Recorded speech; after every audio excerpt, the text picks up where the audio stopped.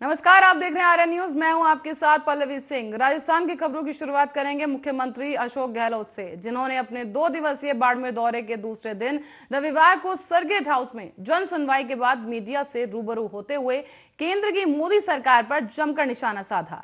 मुख्यमंत्री अशोक गहलोत ने कहा है कि बीजेपी की मोदी सरकार ध्रुवीकरण और वोट बैंक की राजनीति कर रही है, जो देश के लिए घातक है। बता दें कि अशोक गहलोत ने यह भी कहा कि देश की मीडिया केंद्र सरकार के दबाव में काम कर रही है और कुछ लोग निष्पक्ष रूप से काम कर रहे थे, जिन पर केंद्र सरकार की ओर से ईडी, इनकम टैक्स और सीबीआई से रेड करवाकर उन्हें धमकाया गया। उसके बाद भी वो केंद्र सरकार पर दबाव करके काम करने के आरोप लगाए गए। राजस्थान में मुख्यमंत्री चिरंजीवी योजना, इसमें 10 लाख तक का स्वास्थ्य बीमा फ्री है, लेकिन जब मैं लोगों को पूछता हूं तो उनको जानकारी तक नहीं होती। मीडिया को आमजन से जुड़ी योजनाओं को भी दिखाना चाहिए ताकि आमजन को इसका लाभ मिल सके। इतना ही नहीं, बल्कि मुख्यमंत्री अशोक गहलोत ने यह भी कहा कि प्रधानमंत्री नरेंद्र मोदी और अमित शाह कांग्रेस मुक्त भारत की बात कर रहे हैं। कांग्रेस मुक्त भारत कभी हो नहीं सकता और मुक्त की बात करने वाले कभी खुद मुक्त हो जाएंगे। तो वहीं बाड़मेर जिले में पचपादरा में बन रही रिफाइनरी को लेकर भी बीजेपी सरकार पर मुख्यमंत्री अशोक गहलोत ने हमला बोलते हुए कहा कि रिफाइनरी में केंद्र सरकार अड़ंगा डालने का काम कर रहा है, जिसके चलते काम लेट हो गया और रिफाइनरी की 14,000 करोड़ लागत बढ़ गई है। रिफाइनरी के दोबारा शिलान्यास करने का भी प्रयास किया गया, लेकिन हम लोगों ने जब दबाव बनाया तो उन्होंने शिलान्यास की जगह कार्य शुभारंभ किया।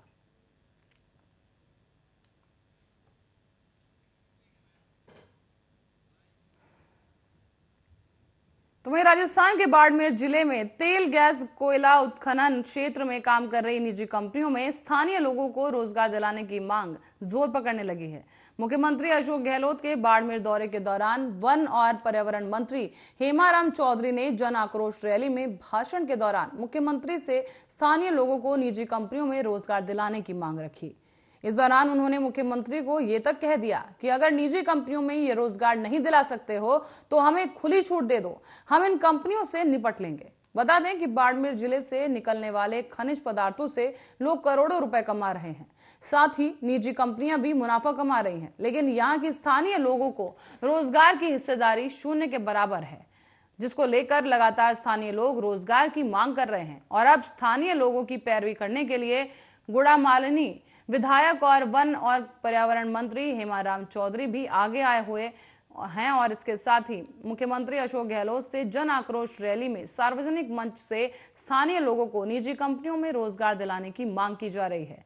तो वहीं आपको बताते चलें कि हेमाराम चौधरी का कहना है कि हम सबको ये सौभाग्य है कि यहाँ पर तेल और गैस और कोयला मिला है। रिफाइनरी यहाँ पर जल्द ही शुरू होने वाली है। इतना सब कुछ होने के बावजूद भी बहुत सी कंपनियां आ गई हैं और बहुत काम यहाँ पर हो रहा है, लेकिन वेदांता और रिफाइनरी में स्थानीय लोगों को रोजगार नहीं मिल रहा। ये सब बाहर के लोगों को रोजगार देते हैं। हम तो प्रयास करके अब थक चुके हैं। ये कंपनी वाले जरा सी भी परवाह नहीं करते। मंत्री ने अपनी पीड़ा बताते हुए आगे ये भी कहा कि मुख्यमंत्री जी, यहाँ तो आप इनको समझाएं या फिर हमें छुट्टी दें, हम अपने आप इनसे निपट लेंगे। हमारे यहाँ के लोगों के लिए यही रोजगार का अवसर है, लेकिन कंपनी वाले इनको नहीं लगाकर बाहर के राज्य के लोगों को रोजगार दे रहे हैं।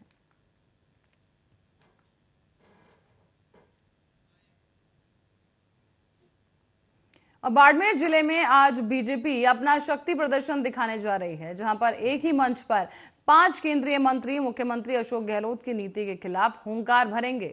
इससे पहले केंद्रीय कृषि और किसान कल्याण राज्य मंत्री और बाड़मेर सांसद कैलाश चौधरी तिलवाड़ा पहुंचे और श्री मल्लीनाथ मंदिर में तिलवाड़ा में विधिवत पूजा अर्चना की। इसके बाद केंद्रीय मंत्री कैलाश चौधरी ने देश भर में प्रसिद्ध पशु मेला स्थल का जायजा लिया, साथ ही पशुपालकों और व्यापारियों से संवाद भी किया। इस दौरान केंद्रीय कृषि राज्य मंत्री कैलाश चौधरी ने भारतीय कृषि अनुसंधान परिषद द्वारा प्रदर्शित विशाल कृषि प्रदर्शनी का अवलोकन किया और वरिष्ठ मंत्रीगण सदस्यों के आगमन पर होने वाले मुख्य समारोह स्थल का निरीक्षण कर व्यवस्था संबंधित आवश्यक दिशा निर्देश दिए।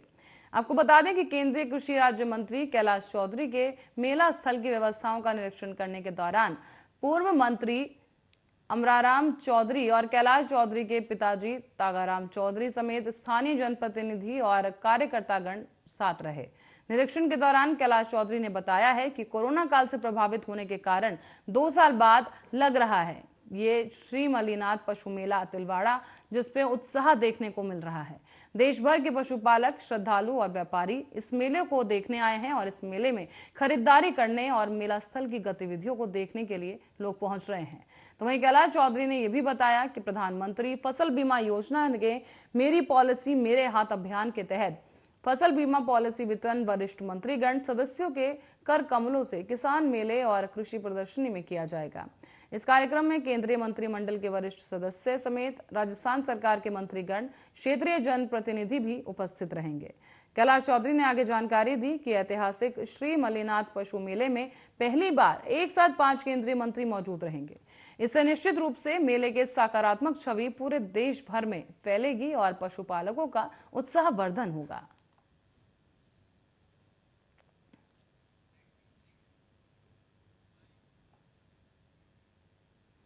तो वहीं करौली में हालात इस वक्त तनावपूर्ण बने हुए हैं, लेकिन आपको बता दें कि फिलहाल इस पर काबू पा लिया गया है। लगातार पुलिस गश्त कर रही है और आईपीएस मृदुल कच्छावा और राहुल प्रकाश के नेतृत्व में पुलिस फ्लैग मार्च कर रही है। वहीं संभागीय आयुक्त आलोकन रंजन और अन्य अधिकारी भी शांति बहाली की कोशिश में जुटे हैं। पुलिस लगातार लोगों से बाहर नहीं निकलने की अपील कर रही है। आपको बता दें कि इस दौरान नगर परिषद की तरफ से कल हुए उपद्रव के बाद सड़कों पर फैले कचरे को साफ किया जा रहा है। बता दें आपको कि आगजनी और पथराव में 30 से ज्यादा दुकानों को नुकसान पहुंचा था और आम लोगों के साथ ही कई पुलिसकर्मी भी घायल हुए थे। बता दें कि इस मामले को लेकर अब केंद्रीय जल शक्ति मंत्री गजेंद्र सिंह शेखावत ने कांग्रेस सरकार पर निशाना साधा है। शेखावत ने कहा कि कांग्रेस की तुष्टीकरण नीति हिंदुओं के हर्षोल्लास पर पथराव साबित हो रही है। शनिवार देर रात को ट्वीट करते हुए शेखावत ने लिखा और पूछा कि किस तरीके से ये प्रशासन काम कर रहा है, और शेखावत ने यह भी पूछा कि हिंदू नव वर्ष पर रैली निकालना किसी के लिए अप्रिय कैसे हो सकता है। शेखावत ने आगे ये भी कहा कि करौली में हिंदू संगठनों पर पथराव हुआ महादिवस की पवित्रता भंग करने का षड्यंत्र है।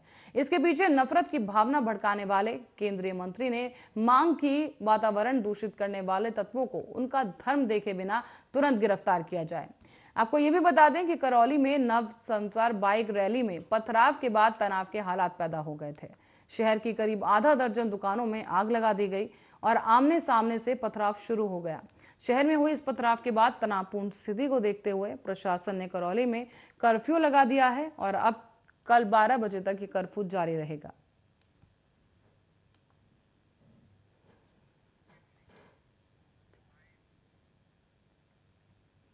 तो वहीं करौली में नव संवत्सर पर फैले हुए तनाव को लेकर बीजेपी सांसद किरोड़ी लाल मीणा ने तीखी प्रतिक्रिया दी है। किरोड़ी लाल मीणा ने कहा कि एक वर्ग विशेष की पीठ पर लगातार खंजर घोंपे जा रहे हैं। आखिर राज्य की सरकार क्या कर रही है? बता दें कि किरोड़ी लाल मीणा ने सवाल उठाते हुए पूछा कि क्या वह भगवान मदन मोहन की नगरी करौली में नव संवत्सर पर यात्रा भी नहीं निकाल सकते? ये कैसा शासन है जिसने लोगों को अपने हाल पर मरने के लिए छोड़ दिया है? बाइक रैली पर पत्थरबाजी की निंदा करते हुए किरोड़ी लाल मीणा ने नाराजगी जताई है। गौरतलब है कि करौली में हटवाड़ा बाजार में शनिवार को हिंदू समुदाय द्वारा निकाली जा रही बाइक रैली पर कुछ लोगों ने पत्थर फेंक दिए। इस पत्थरबाजी से गुस्साए लोगों ने 6 से ज्यादा दुकानों और 2 बाइकों को फूंक डाला। पत्थरबाजी में एक पुलिसकर्मी समेत करीब 47 लोग घायल हुए। करौली में इंटरनेट सेवा फिलहाल के लिए बंद कर दी गई है और पूरे शहर में भारी पुलिस बल का जत्था मौजूद है। पुलिस फ्लैग मार्च कर रही है। इस हादसे में घायल एक व्यक्ति की हालत काफी गंभीर भी बताई जा रही है, उसे जयपुर रेफर कर दिया गया है। तो वहीं करौली तनाव को लेकर सीएम अशोक गहलोत ने डीजीपी से फीडबैक लिया। सीएम ने ट्वीट करते हुए कहा कि करौली में हुई घटना को लेकर डीजी और पुलिस से बात की जा रही है। बात करते हुए स्थिति की विस्तृत जानकारी ली है और पुलिस को हर उपद्रवी से सख्ती से निपटने के निर्देश दिए हैं। मैं आमजन से ये अपील करता हूं कि शांति बनाए रखें और कानून व्यवस्था बनाने में सहयोग करें। तो वहीं शहर में पुलिस गश्त कर रही है और लोगों से घरों में रहने की अपील की जा रही है। दरअसल कलेक्टर राजेंद्र सिंह शेखावत ने तनावपूर्ण स्थिति को देखते हुए नगर परिषद क्षेत्र में 4 अप्रैल रात 12 बजे तक के लिए कर्फ्यू के आदेश जारी किए हैं।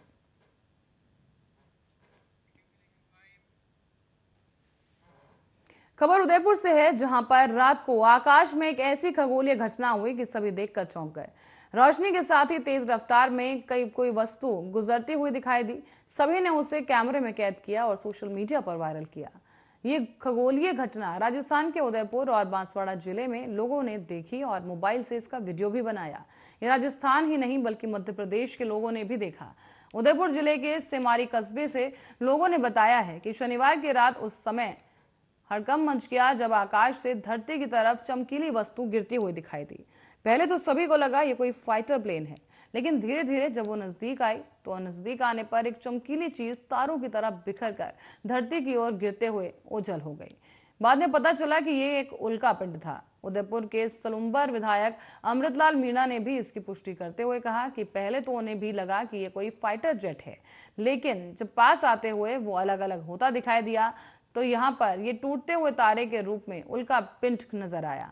आपको बता दें कि हाल ही में अमेरिका की अंतरिक्ष एजेंसी नासा ने यह चेतावनी जारी की थी कि 4 मार्च को सुबह पृथ्वी के बेहद नजदीक से उल्का पिंड गुजरेगा। रिपोर्ट्स के अनुसार आकाश में कभी कभी एक ओर से दूसरी ओर अत्यंत वेग से जाते हुए और पृथ्वी पर गिरते हुए जो पिंड दिखाई देते हैं उन्हें उल्का और साधारण बोलचाल में टूटते हुए तारे और लूका कहते हैं। दरअसल उल्काओं का जो अंश वायुमंडल में जलने से बचकर पृथ्वी तक पहुंचता है उसे उल्का पिंड कहा जाता है।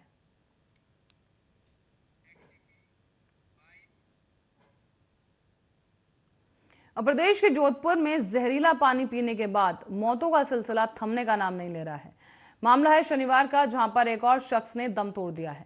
उसके परिजनों ने मुर्दा घर के बाहर जमकर विरोध प्रदर्शन भी किया और शव को पोस्टमार्टम के बाद शव उठाने से इनकार कर दिया। दरअसल 20 मार्च को पाली के शिवपुरा थाना क्षेत्र के मोडावास गांव में खेत में काम कर रहे परिवार को प्यास लगी तो परिवार ने एक मटकी से पानी पी लिया और पानी पीने के बाद सभी बीमार पड़ गए। बता दें कि एक युवक की पाली अस्पताल में इस दौरान मौत भी हो गई। बाकी लोगों को जोधपुर एजीएम अस्पताल रेफर कर दिया गया और 2 दिन पहले ही परिवार की नैनी देवी भी मौत का शिकार हो गई। इधर शनिवार को इसी परिवार के हरिराम की भी इलाज के दौरान मौत हो गई तो वहीं नैनी देवी के पति द्वारा शिवपुरा थाने में 2 व्यक्तियों के खिलाफ नामजद मुकदमा दर्ज करवाया गया, पर आज तक पाली पुलिस द्वारा किसी की गिरफ्तारी नहीं हुई। शनिवार को एमजीएम मोर्चरी में आगे परिजनों ने युवक हरिराम के शव को रखकर पोस्टमार्टम करने से मना कर दिया और साथ ही उन्होंने शव को उठाने से भी इनकार किया। लोगों ने पहले मामले में आरोपियों को गिरफ्तार करने की मांग रखी है। परिजनों ने मांगे पूरी नहीं होने तक मोर्चरी के बाहर धरना जारी रखने और शव नहीं उठाने की चेतावनी दी। आशंका जताई जा रही है कि पानी में किसी ने कुछ मिला दिया था। हालांकि सच्चाई क्या है इस पर पुलिस अभी भी जांच कर रही है।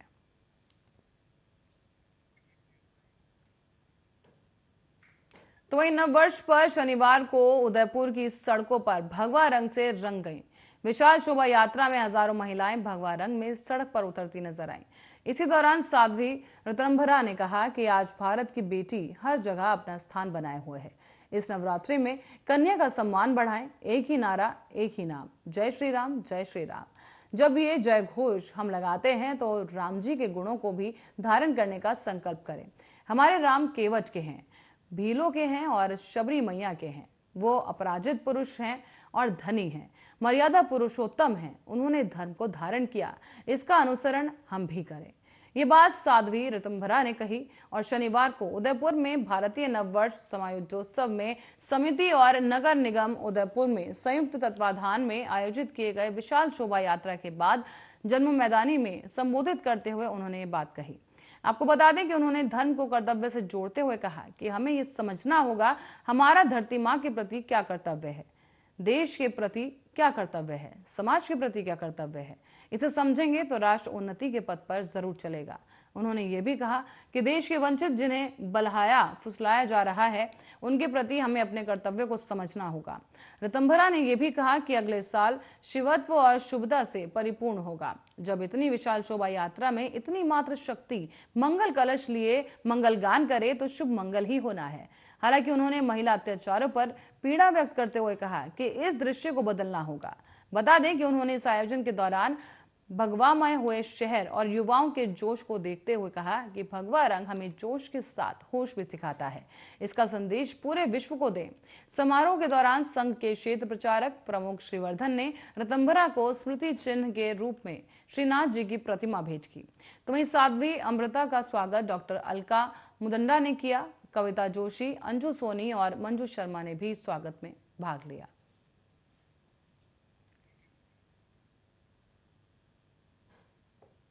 अब बढ़ेंगे अगली खबर की ओर, जहां राजस्थान में नए जिले बनने की मांग तेज होती जा रही है। सीएम अशोक गहलोत ने नए जिले बनाने से पहले एक कमेटी का गठन किया है। कमेटी की रिपोर्ट के बाद ये तय किया जाएगा कि कहां कहां जिले बन रहे हैं। आपको बता दें कि अपनी मांग पूरी न होने पर जीवन भर नंगे पांव रहने का संकल्प लेने वाले कांग्रेसी विधायक मदन प्रजापति एक बार फिर से चर्चाओं में है। ताजा मामला है सीएम गहलोत के निवास पर, जहां रात्रि भोज कार्यक्रम से जुड़ा यह मामला सामने आया। बाड़मेर जिले के पंचपदरा से विधायक मदन प्रजापति विधानसभा सत्र की समाप्ति के बाद सीएम की तरफ से दिए गए राजभोज में शामिल हुए, लेकिन बिना खाना खाए ही वो भूखे लौट आए। नए जिले बनाने की मांग नहीं मानने पर पंचपदरा विधायक मदन प्रजापति अब सीएम से दूरी बनाने लगे हैं। गौरतलब है कि विधानसभा सत्र की समाप्ति के बाद सीएम की तरफ से पक्ष और विपक्षी सदस्यों को रात्रि भोज देने की परंपरा है। सीएम गहलोत के रात्रि भोज में बिना खाने खाए लौटने से मदन प्रजापति ने कहा कि मांग पूरी न होने पर विधानसभा में चप्पल न पहनने और जीवन भर नंगे पांव रहने का संकल्प लिया था। प्रजापति ने यह भी बताया कि जब सीएम के रात्रि भोज कार्यक्रम में मैं पहुंचा तो उनके साथी विधायकों ने कहा कि आज तो सीएम आपको चप्पल पहना ही देंगे। उनको लगा कि सीएम और साथी विधायकों की जिद के आगे कहीं उनका संकल्प ना छूट जाए, इसीलिए अगर ऐसा हुआ तो क्षेत्र की जनता को क्या मुंह दिखाएंगे। ऐसे में उन्होंने ना तो मुख्यमंत्री के रात्रि भोज कार्यक्रम में खाना खाया, ना ही उनसे मुलाकात की। गौरतलब है कि कुछ दिन पहले ही प्रजापति ने एक अनूठा प्रण लिया था। विधानसभा में बोलते हुए विधायक ने कहा कि उनकी मांगे अगर नहीं मानी गई तो जीवन भर वो नंगे पांव रहेंगे, कभी जूते नहीं पहनेंगे। जीवन भर नंगे पांव रहने की बात करने वाले विधायक की मांग बालोतरा को जिला बनाने की है।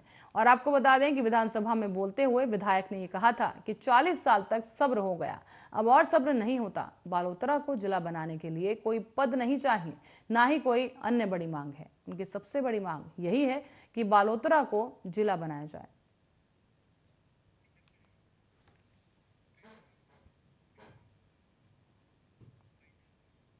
और इसी खबर के साथ ही राजस्थान बुलेटिन में फिलहाल के लिए इतना ही। देश और दुनिया की तमाम खबरों के लिए बने रहे हमारे साथ, देखते रहे आर्या न्यूज।